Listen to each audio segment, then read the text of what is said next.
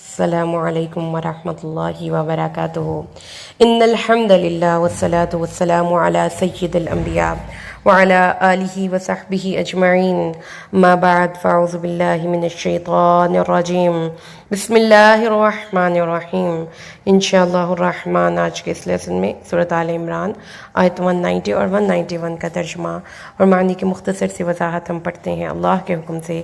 اعوذ باللہ من الشیطان الرجیم بسم اللہ الرحمن الرحیم انا بے شک فی خلق السماوات والارض آسمان اور زمین کی تخلیق میں واختلاف اللیل والنہار اور رات اور دن کے اختلاف میں لآیات لأولی الالباب عقل والوں کے لیے نشانیاں ہیں۔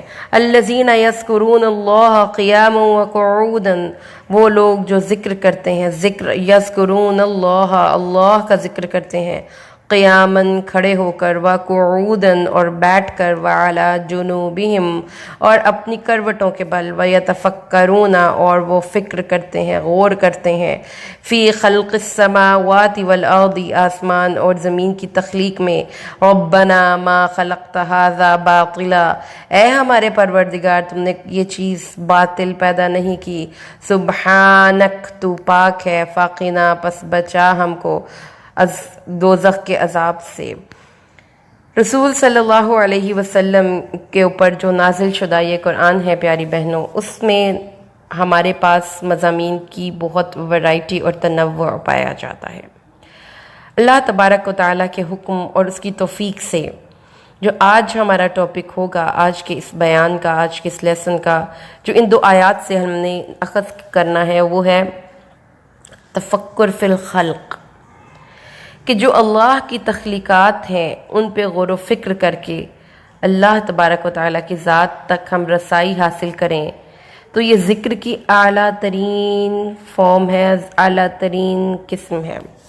اللہ تبارک و تعالیٰ نے یہاں پر ایک بہت ہی اپنی عظیم الشان، اس سے پچھلی آیت میں اللہ نے فرمایا تھا نا، آسمان اور زمین میں لیجسلیٹ کرنا، اس میں اختیارات کرنا، اس میں تصرف کرنا، اس میں چیزوں کو تبدیل کرنا، اس میں اس کی چیزوں کی جگہ کسی اور چیز کو لے کر آنا، آسمان اور زمین کے سورج چاند ستارے آسمان میں، بارشیں، ہوائیں اور زمین کے تمام پھل، اس کی رویدگی، اس کی ویجیٹیشن، پھر زمین کے حشرات، وہ جو حشرات ہیں جس کو دیکھ کے آپ کو کراہت محسوس ہوتی ہے، یا وہ زمین میں خوبصورتیاں، رعنائیاں، رونقیں، جھرنے، آبشاریں، آسمان میں اڑتے پرندے، ان چیزوں پہ اللہ کی حکومت ہے۔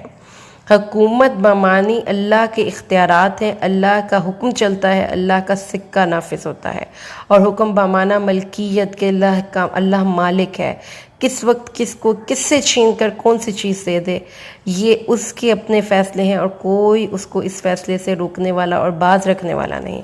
کل کے اس لیسن کے بعد آج اللہ تبارک و تعالیٰ نے یہ فرمایا کہ یہ تو ہے ایک حقیقت، ایک حقیقت ہے کہ اللہ ہر چیز کو خالق ہے، ہر چیز کا مالک ہے، لیکن اس حقیقت تک رسائی کن لوگوں تک کو پہنچتی ہے؟ اس حقیقت حال تک ہر بندے کی رسائی نہیں ہے۔ اب جانتے ہیں جو بھی انسان اس دنیا میں ہے ان میں سے اکثریت اللہ کے وجود سے ناواقف ہے، یا اگر واقف ہے تو اللہ تبارک و تعالیٰ کی ان کو کسی قسم کا تقوی یا کانشیسنس نہیں۔ ایک عام اعتراض یہ کیا جاتا ہے، اور جو کہ بالکل بجا طور پر کیا جاتا ہے، کہ جو دین پڑھنے والے لوگ ہیں ان کو دنیا یا سائنسز سے کوئی سروکار نہیں ہے، کیونکہ اس کی وجہ یہ ہے کہ جو ہم دین پڑھاتے ہیں یا دین پڑھتے ہیں ان لوگوں نے کبھی بھی دنیاوی تعلیم کو اس طریقے سے نہیں لیا کہ یہ ہمارے دین کا حکم ہے۔ ہمارے دین نے ہمیں یہ سکھایا کہ آسمان اور زمین کی تخلیق اور تخلیقات کے ساتھ ان کی جو تبدیلیاں ہیں، ان میں جو اختلافات ہیں، ان میں جو چیزیں کانٹراڈکشن میں جاتی ہیں، ان چیزوں پہ غور و فکر کریں، کیونکہ اللہ نے فرمایا ہے ایک نشانی ہے، آسمان ایک بہت ہی عظیم الشان اللہ کی قدرت کی نشانی ہے، وہ ایک ایسی نشانی ہے اللہ کی قدرت کی کہ جو بھی انسان اس کائنات کی اس نشانی پر غور و فکر کرتا ہے، ہو نہیں سکتا کہ پھر وہ اس کے خالق کے بارے میں نہ سوچے۔ اللہ تعالیٰ نے قرآن پاک میں کیا فرمایا؟ اللہ تعالیٰ نے بہت سے مقامات پر آسمان اور زمین کو ایویڈنس پیش کیا ہے اپنی حکومت کے لیے، اپنے وجود کی دلالت کے لیے۔ اللہ تبارک و تعالیٰ آسمان اور زمین کی پیدائش اللہ کی قدرت کا عظیم الشان شاہکار ہے، جو یہ بتاتا ہے کہ سارے جہانوں کا پیدا کرنے والا ایک اللہ، عبادت کا مستحق معبود حقیقی، یہ وہ حقیقت ہے کہ جس تک رسائی ہر اس انسان کو پہنچ جاتی ہے جو کہ اللہ تبارک و تعالیٰ کی ان تخلیقات پر غور و فکر کرتا ہے۔ اللہ سورۃ البقرہ آیت 164 میں ارشاد فرماتا ہے، اس کا ترجمہ سماعت فرمائیے، بے شک آسمانوں اور زمینوں کی پیدائش میں، رات اور دن کے ہیر پھیر اور پہم ایک دوسرے کے بعد آنے جانے میں، کشتیوں اور جہازوں میں جو انسانوں کے فائدے کی چیزیں لے کر سمندروں میں چلتی پھرتی ہیں، بارش کے پانی میں جسے اللہ آسمان سے برساتا ہے، پھر اس سے مردہ زمین کو زندگی بخشتا ہے، زمین میں ہر قسم کی جاندار مخلوق کو پھیلاتا ہے، ہواؤں کی گردش میں اور ان بادلوں میں جو آسمان اور زمین کے درمیان معلق ہیں، تابع فرمان بنا کر رکھ دیے گئے ہیں، مسخر کر دیے گئے ہیں۔ عقل والوں کے لیے بے شمار نشانیاں ہیں اور وہ لوگ جو غور و فکر کرتے ہیں۔ اللہ تبارک و تعالیٰ نے قرآن میں یہ بات بتائی کہ وہ لوگ جو اللہ کی تخلیق میں غور و فکر کرتے ہیں تاکہ اس سے ہم اس خالق کے وجود تک رسائی حاصل کر سکیں، وہی لوگ عقل مند ہیں۔ اللہ تبارک و تعالیٰ نے اس سلسلہ کلام میں سب سے پہلے جس چیز کا ذکر کیا وہ کیا تھا؟ آسمان اور زمین کی تخلیق۔ کائنات میں غور و فکر کا پیاری بہنوں دائرہ بہت وسیع ہے۔ آپ ایک سمپل کہتے ہیں، وہ اردو کا ایک شعر تھا کہ ذرے سے کائنات کی تفسیر پوچھ لے، قطرے کی وسعتوں میں سمندر تلاش کر۔ ایک جو مومن ہوتا ہے نا، اس کی عقل لب ہوتی ہے، اس کی عقل کسی قسم کی آمیزش اور منافقت اور پریجوڈائز ان قسم کی چیزوں سے پاک ہوتی ہے۔ جس کی عقل لب ہوگی ان چیزوں پر، یعنی کہ جس کی عقل میں ایک پختگی ہوگی، جس میں شعور ہوگا، جس میں میچورٹی ہوگی، ایٹ دا سیم ٹائم وہ عقل پیور بھی ہوگی۔ یعنی آپ دیکھیں کہ ہماری لاجک کو بہت سی فالس چیزیں ڈسٹرب کر دیتی ہیں اور ہم فالس لاجک کو ہی اپنی اصل لاجک سمجھتے ہیں۔ جیسے شیطان نے ایک فالس لاجک پیش کی کہ آگ اور مٹی کا کوئی جوڑ نہیں۔ اگر وہ تعصب سے ہٹ کر بات کرتا کہ یہ حضرت آدم کے ساتھ اس کی جو نفرت تھی ان کی پیدائش سے بھی پہلے پیدا ہو گئی، اگر وہ اس تعصب سے ہٹ کر بات کرتا تو وہ یہ مان لیتا کہ مٹی میں بہرحال زیادہ وسعت ہے، وہ زیادہ قابل استعمال ہے اور وہ زیادہ فائدہ مند ہے آگ کے نسبت۔ آگ میں بھی فائدہ تو ہے، لیکن اگر دونوں کا کمپیریزن کیا جائے تو مٹی کی خاصیت اور مٹی کی جو فوائد ہیں اور اس کی جو انسانوں کی زندگی میں ایک پازیٹیو رول ہے وہ آگ سے کہیں زیادہ ہے۔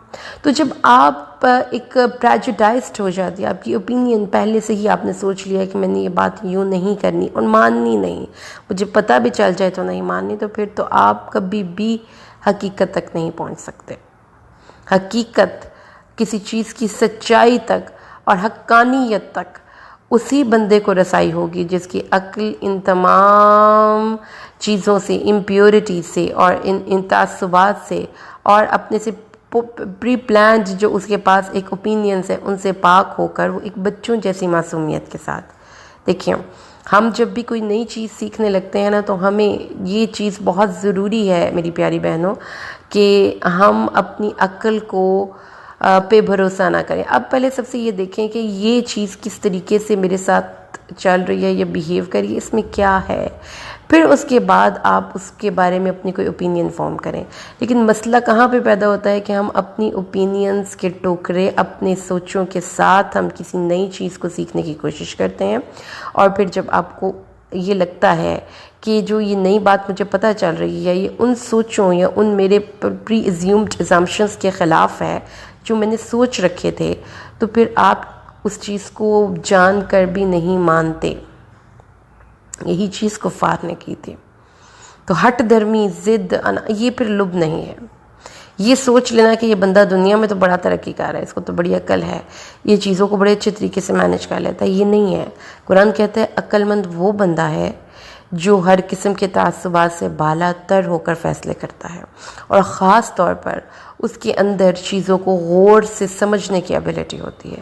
وہ اپنی آنکھیں اور اپنے کان بند کر کے زندگی نہیں گزارتا، وہ واقعات پہ گہری نظر رکھتا ہے اور وہ چیزوں کو دیکھتا ہے۔ وہ جب اپنے گھر سے باہر نکل کر وسیع و عریض آسمان کو دیکھتا ہے تو اس پہ غور و فکر کرتا ہے۔ جب وہ ایک قطرے کو دیکھتا ہے تو اس پھر غور و فکر کرتا ہے۔ جب آسمان سے اترتی بارش کو دیکھتا ہے تو تدبر کرتا ہے، اور جتنا وہ تدبر کرتا ہے، جتنا وہ غور و فکر کرتا ہے، تو کائنات کی جو اسرار ہیں اس کے اوپر منکشف ہوتے جاتے ہیں۔ اور پھر آخر کار اس کی عقل اس کو جو اگر لب ہے، یعنی عقل سے ہی وہ اگر انگلی تھام لے اپنی عقل کی اور اللہ تبارک و تعالیٰ کی ان نشانیوں پر غور و فکر شروع کر دے، تو اس کی عقل اس کو ایک چیز تو اس کو راز منکشف کر دے گی کہ اس سارے نظام کو چلانے والا کوئی ہے، اس پورے نظام کو چلانے والا کوئی ہے۔ یہ چیزیں خود بخود نہیں ہو سکتی، یہ چیز اس کے ایمان اور یقین میں اضافہ کرتی ہے، اور یہ چیز اللہ اسی لیے کائنات میں اپنی نشانیوں کے طور پر ان تمام چیزوں کو پیش کرتا ہے، اور سب سے بڑھ کر جو اللہ پیش کرتا ہے وہ ہے آسمان۔ سورۃ الرعد آیت 2، اللہ وہ ہے جس نے آسمان کو بغیر ستونوں کے بلند کر رکھا ہے اور تم اسے دیکھ رہے ہو۔ سورۃ لقمان، اسی اللہ نے آسمانوں کو بغیر ستونوں کے پیدا کیا، تم انہیں دیکھتے ہو۔ کیا کوئی عمارت جس کے اوپر چھت پڑی ہو لیکن اس کی دیواریں ہی نہ ہوں، نہ کوئی ستون ہو، کیسے وہ کھڑی رہ سکتی ہے؟ ہر روز آپ یہ مشاہدہ کرتے ہیں کہ آسمان پر بلند، ہمارے سروں پر بلند یہ آسمان ایک چھت کی مانند ہے اور بغیر کسی ستون کے قائم ہے، اور صدیاں بیت گئیں اور یہ قائم ہے۔ کیا آج تک کوئی عمارت کے اوپر جو چھت ہے وہ بغیر دیواروں اور ستونوں کے قائم رہ سکتی ہے؟ یہ تصور بھی نہیں کیا جا سکتا نا۔ تو اس کا مطلب یہ ہے کہ بنانے والے کے اندر کاریگری بھی تھی، بنانے والے کے اندر پاور بھی ہے، یہ اس کی قدرت کا عظیم الشان شاہکار ہے۔ اس جیسی کوئی طاقت نہیں، وہ بڑی طاقتوں اور قدرتوں کا مالک ہے۔ اللہ نے فرمایا کیا اس اللہ کے بارے میں شک کرتے ہو جس نے آسمان اور زمین کو پیدا کیا؟ اے لوگو اپنے رب کی عبادت کرو۔ یا ایھا الناس اعبدوا ربکم الذی خلقکم والذین من قبلکم لعلکم تتقون الذی جعل لکم الارض فراشا والسماء بناء وانزل من السماء ماء۔ اے لوگو اپنے رب کی عبادت کرو جس نے تمہیں اور ان لوگوں کو پیدا کیا جو تم سے پہلے تھے تاکہ تم پرہیزگار بن جاؤ، جس نے زمین کو تمہارے لیے فرش بنایا اور آسمان کو تمہارے لیے چھت بنایا، آسمان سے بارش برسائی، تمہارے لیے روزی کے لیے پھل نکالے، تو پھر کیا ہے؟ اللہ کے ساتھ جانتے بوجھتے ہوئے شرک مقرر نہ کرو۔ اللہ کی نشانیوں میں سے نشانی ہے اللہ نے تمہارے لیے آسمان کو چھت بنایا اور تمہاری صورتیں بنائیں، اور کیا ہی عمدہ صورتیں بنائیں۔ اللہ نے زمین کو قابل قرار جگہ، ٹھہرنے کی جگہ بنایا۔ زمین پر انسان اتنی سخت نہیں کہ اس پہ آپ کوئی گھر نہ بنا سکیں، اتنی نرم نہیں کہ آپ اس پر ٹھہر نہ سکیں، قیام کر سکیں۔ انسان کو سردی اور گرمی سے بچنے کے لیے گھر بنانے کی ضرورت ہے، آپ اس زمین پر بنا سکتے ہیں۔ اتنی نرم نہیں بنائی کہ اس پر کوئی چیز ٹک نہ سکے اور ٹھہر نہ سکے۔ اللہ تبارک و تعالیٰ نے حکمت ہے کہ اس پہ مضبوط پہاڑ رکھ دیے تاکہ زمین انسانوں کا وزن لے کر ڈولے نہ اور وہ برقرار رہے۔ اس نے زمین میں پہاڑ گاڑ دیے تاکہ تمہیں لے کر ہلے نہ۔ سورۃ النحل آیت 17۔ اور نہریں اور راہیں بنائیں تاکہ تم منزل مقصود کو پہنچو، اور بھی بہت سی نشانیاں مقرر فرمائیں، اور ستاروں سے بھی لوگ راہ حاصل کرتے ہیں۔ تو کیا جو پیدا کرتا ہے اور جو پیدا نہیں کر سکتا وہ دونوں برابر ہو سکتے ہیں؟ تم کیوں نہیں سوچتے؟ آسمان انسان اللہ کی قدرت کا مظہر کہ وہ نہایت بلند ہے، اس کی بلندی کا صحیح اندازہ ہم نہیں کر سکتے۔ اس آسمان کے نیچے اللہ نے بے انتہا ستاروں کو رکھ دیا جو اللہ کے حکم سے گردش کر رہے ہیں، اور اللہ تبارک و تعالیٰ نے فرمایا چاند اور سورج کو دیکھو، دن اور رات کی گردش انہی دونوں کی آپس میں گردش کی وجہ سے ہے۔ سال اور موسموں کی تبدیلی کو دیکھو، سورج اور چاند اور ستاروں کے علاوہ آسمان دنیا پر ٹمٹماتے ستاروں کو دیکھو جو آسمان دنیا کی زینت ہونے کے ساتھ ساتھ رات کی تاریکی میں مسافروں کے لیے نائٹ بلبس بھی ہیں، صحیح سمت کا متعین کرتے ہیں۔ اللہ فرماتا ہے تبارک الذی بیدہ الملک وہو علی کل شیء قدیر، سورۃ الملک آیت 1 سے 5 تک۔ الذی خلق الموت والحیاۃ لیبلوکم ایکم احسن عملا وہو العزیز الغفور، وہو الذي خلق 7 سماوات طباقا ما ترى في خلق الرحمن من تفاوت فارجع البصر هل ترى من فطور ثم ارجع البصر كرتين ينقلب إليك البصر خاسئا وهو حسير ولقد زينا السماء الدنيا بمصابيح وجعلناها رجوما للشياطين وأعتدنا لهم عذاب السعير۔ اللہ کیا فرماتا ہے؟ اللہ فرماتا ہے بہت بابرکت ہے وہ اللہ جس کے ہاتھ میں بادشاہت ہے اور وہ ہر چیز پر قادر ہے، جس نے موت و حیات اس لیے پیدا کی تاکہ وہ آزمائش کرے کہ تم میں سے کون اچھے عمل کرتا ہے۔ وہ غالب ہے، بہت بخشنے والا ہے۔ اس نے اوپر تلے 7 آسمان بنائے، تو اے دیکھنے والے تو رحمان کی پیدائش میں کوئی بے ضابطگی نہ دیکھے گا۔ دوبارہ اور سہبارہ نظر اٹھا کر دیکھ کہ اس میں کوئی شگاف نظر آتا ہے، پھر 2 بار اور دیکھ، تیری نظر تیری طرف عاجز اور تھک کر لوٹ آئے گی۔ بے شک ہم نے آسمان دنیا کو چراغوں سے مزین کیا، انہیں شیطانوں کو مار بھگانے کا ذریعہ بنایا، اور شیطانوں کے لیے ہم نے جلانے کا عذاب تیار کر رکھا ہے۔ اللہ تبارک و تعالیٰ نے یہ بات بتائی کہ انسان اس دنیا میں اللہ کی تخلیق کا شاہکار ہے، اور یہ بات سمجھ لیجئے کہ اللہ تبارک و تعالیٰ نے انسان کو آسمان کے مقابلے میں پیش کر کے بتایا انتم اشد خلقا ام السماء بناها رفع سمكها فسواها واغطش ليلها واخرج ضحاها والارض بعد ذلك دحاها اخرج منها ماءها ومرعاها متاعا لكم ولانعامكم۔ کیا تمہارا پیدا کرنا زیادہ دشوار ہے یا آسمان کا؟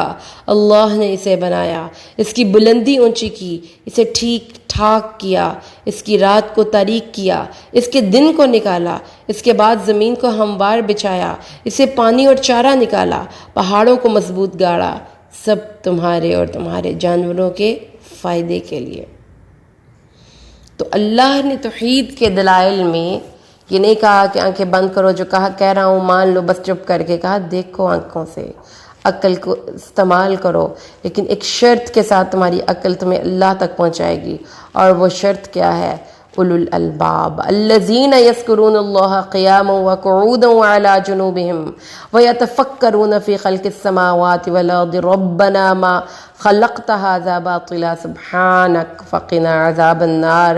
خوبصورت آپ کو اس مقام پہ قرآن پہ یہ بات سمجھ میں آئی، اللہ کو ماننے والے لوگ ان کی عقلیں سلیم ہوتی ہیں، ان کی عقلیں اولو الالباب ہوتی ہیں، ان کی رات اور دن کی روٹین، ان کی سونے اور جاگنے کی روٹین، ان کی بیٹھنے اور اٹھنے کی روٹین، اس میں کوئی خرافات یا لغویات نہیں ہوتی۔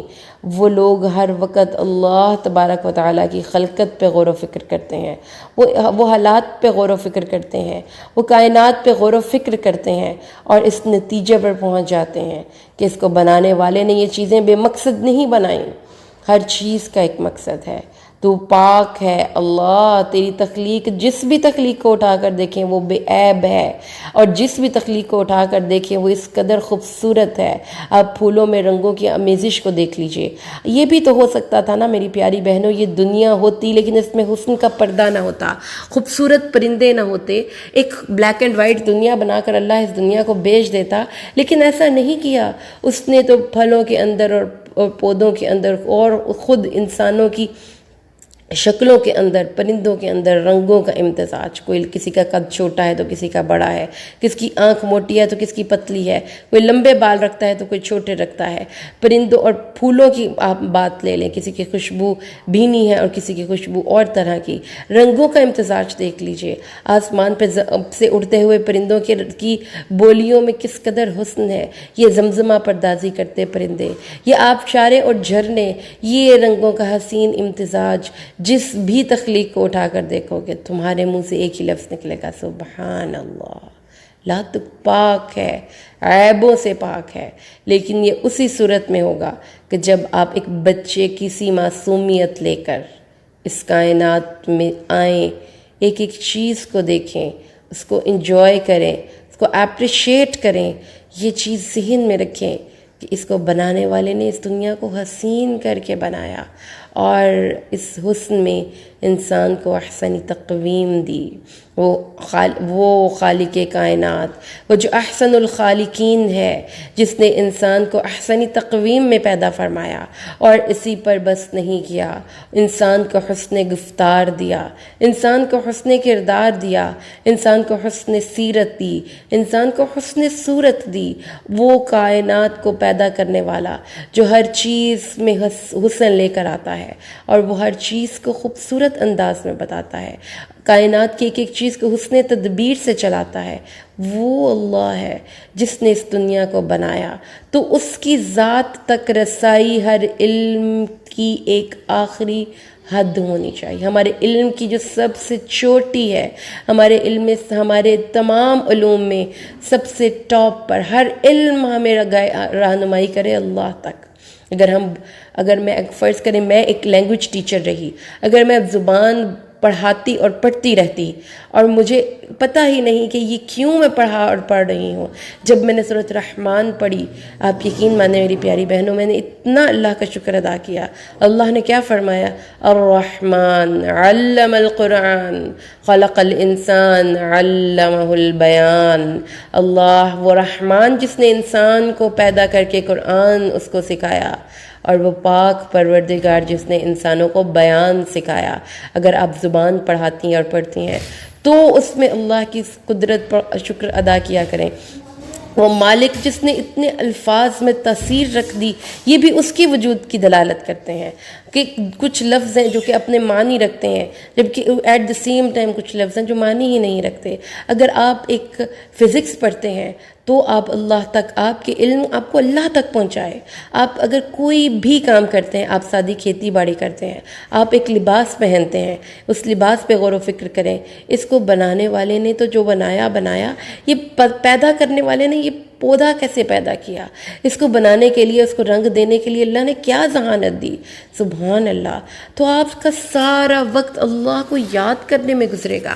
تو یہ جو ذکر ہے نا، یہ سبحان اللہ، الحمدللہ، اللہ اکبر، وربل ذکر سے کہیں زیادہ آپ کو اللہ کے قریب کرے گا۔ اور وہ کیا ہے؟ جب آپ یہ دیکھیں گے کہ جب ایک بیج زمین کے اندر جاتا ہے اور وہ جب باہر نکلتا ہے تو وہ خالی اکیلا بیج نہیں نکلتا، وہ تو اپنے جیسے کئی بیج نکال کر لاتا ہے۔ تو آپ کو پتہ چلے گا میری زندگی میں یہ ہارڈ ٹائم تو آیا، میں مٹی میں مل گیا، میری زندگی میں بہت تکلیفیں آئیں، مجھے کسی نے امپورٹنس نہیں دی، تو میں بھی اللہ اس بیج جیسا تجھ سے سوال کرتا ہوں کہ میں مٹی میں مل کر خاک ہو جاؤں تو میرے جیسے کئی اور نکلیں، میری سوچ کو دوبارہ سے وسعت دیں، میں ری گرو کروں، میں ری برتھ ہو میری۔ تو یہ چیزیں کائنات میں غور و فکر کر کے پتہ چلتی ہیں، آسمانوں کی وسعتوں اور بلندیوں میں، زمین اور آسمان کے آنے اور جانے میں، رات آتی ہے تو دن آتا ہے، کیسے ہم اس کو اپنی زندگی سے کنیکٹ کر سکتے ہیں؟ آدھی رات کے وقت جب آپ کی زندگی میں پریشانی ہو تو اٹھ کے کہیں اللہ جیسے اس رات کے بعد تو نے دن لائے، اللہ میری زندگی میں بھی دن لیا، میں بھی اس رات سے تیرا چھٹکارا چاہتی ہوں۔ اگر جب آپ دیکھیں کسی پھل کو کھا کر تو اس کے بیج کو دیکھیں تو یہ دیکھیں کہ پورے پھل میں یہ بیج کتنا بابرکت ہے، مجھے بھی اللہ ایسی ہی برکت دینا۔ جب آپ کھانا کھانے کے لیے اپنی ٹیبل پہ بیٹھیں، اس روٹی کو دیکھیں تو کہیں اللہ تیرا کتنا شکر ہے، تو نے اس روٹی میں اب میرے لیے طاقت رکھ دی، اللہ اس کو میرے لیے برکت کا باعث بنا۔ کائنات میں غور و فکر کرنا، آپ اپنے، تو یہ بہت بڑا عظیم الشان ذکر ہے، تدبر فی الخلق۔ اللہ نے قرآن پاک میں جگہ جگہ پر اس تدبر کو اپنے عبادت کہا ہے، یہ کہا ہے یہ ذکر کی اعلیٰ ترین فارم ہے۔ جب آپ کوئی ٹیچر ہے، کوئی کسی جگہ پہ کام کرتا ہے، ہمارے تمام علوم میں وہ علم ہمیں اللہ تک رہنمائی دے، بس اس کو اپنی زندگی کا مطمئن نظر بنا لیجئے۔ کسی بھی حالت میں سب سے پہلے ہمیں اللہ سے جڑنا ہے، ہمیں ہر حالت میں اس خالق کو پہچان کر زندگی گزارنی ہے، اور جو بھی زندگی میں ملے اس کو سوچ کر، غور و فکر کر کے، تدبر کر کے اس کو اللہ سے جوڑ لیں۔ کیونکہ ایک بات کو سمجھ لیں، اس کے بعد ہم اپنے لیسن کو اینڈ کریں گے، کہ روشنی اسی کی زندگی میں ہوتی ہے، اسی بلب میں ہوتی ہے، اسی لائٹ میں ہوتی ہے جو روشنی کے منبع سے جڑا رہے. جب وہ ٹرانسفارمر سے اس کا تعلق ٹوٹ جاتا ہے، جتنا مرضی بڑا بلب ہو، وہ روشنی دینی بند کر دیتا ہے. ہماری زندگیوں میں روشنی کیا ہے؟ ہر حالت میں جہاں پہ بھی آپ ہیں، آپ ایک مدر ہیں، غور و فکر کریں اس رشتے سے میں کیسے اللہ سے قریب ہو سکتی ہوں. آپ ایک وائف ہیں، غور و فکر کریں یہ رشتہ کیسے مجھے اللہ کے قریب کر سکتا ہے. آپ ایک تاجر ہیں، غور و فکر کریں. اگر آپ چل رہے ہیں تو آنکھیں بند کر کے نہیں کہ ہم سیاحت کریں اور ہم گانے لگائیں، ہر چیز کو دیکھیں اور پھر اینڈ پہ آپ کی زبان سے نکلے گا ہی سبحان اللہ. کیا خوبصورت خالق ہے. فتبارک اللہ احسن الخالقین. اللہ سے دعا کرتے ہیں اللہ ہمیں قرآن سے جوڑے، اس کی روشنی زندگی میں آئے، اس کی ٹھنڈک اور برکت زندگی میں آئے. یہ ہمیں اس اللہ کے قریب کرے کہ جو اس دنیا کا خالق ہے اور جس سے اوپر کچھ بھی نہیں. بارک اللہ لی ولکم فی القرآن الحکیم ونفعنی وإیاکم بالآیات والذکر الحکیم. السلام علیکم ورحمۃ اللہ وبرکاتہ.